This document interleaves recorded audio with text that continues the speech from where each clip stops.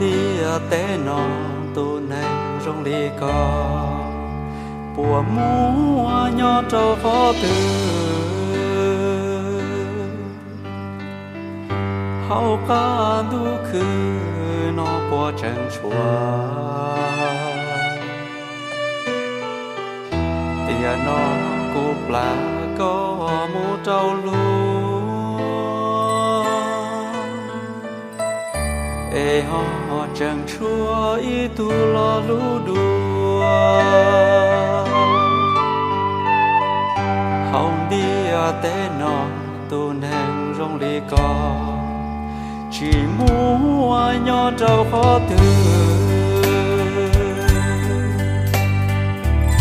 tia nó chê sao li nó xưa hoa câu hoa trâu sẽ luôn bảo tư lo chi tao lo còn ý lu chờ bư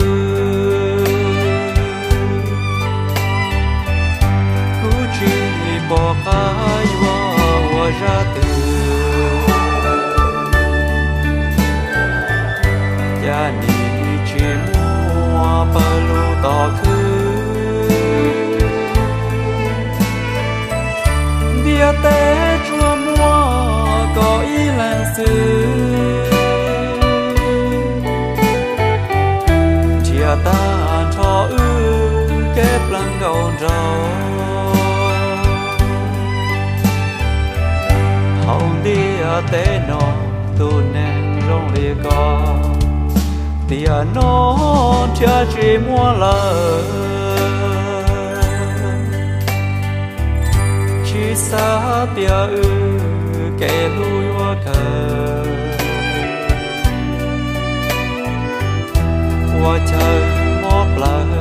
sau ly nó xứ cha cô đi xứ loa mô ta tia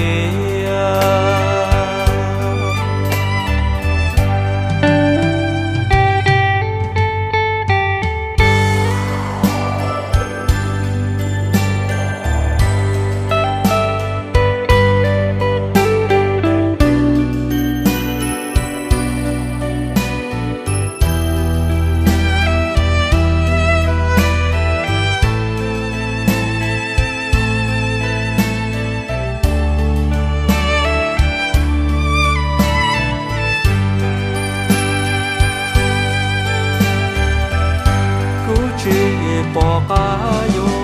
hoa ra từ cha nhị chỉ mua bờ lu to khứ tia té chua mua có ý làng xứ chia ta cho kép lên đầu trâu